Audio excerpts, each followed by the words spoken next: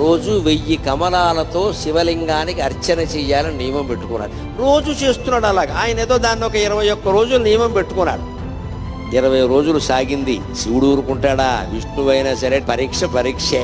చివరి రోజు పరీక్ష పెట్టకుండా సర్టిఫికెట్ యూనివర్సిటీ వాళ్ళు కూడా ఇవ్వరు కదా, దేవుడేలా ఇస్తాడండి. 21వ రోజు ఇంకా పూజ ముగుస్తుంది కదా అని విష్ణుమూర్తి సంబరంగా ఉన్నట్ట రోజు చెరువులో 1100 కమలాలు పైన పోస్తున్నా, నేను 1000 కోస్తున్నాను, బాగున్నావు చూసి అంచేత అలా అని పెడితే ఆవేళ ఆశ్చర్యకరంగా 999 పూసాయి. ఎంత వెతికినా 1000 కమలం కనపడలేదు. ఏమిటిది? ఒక్క కమలం తక్కువైంది.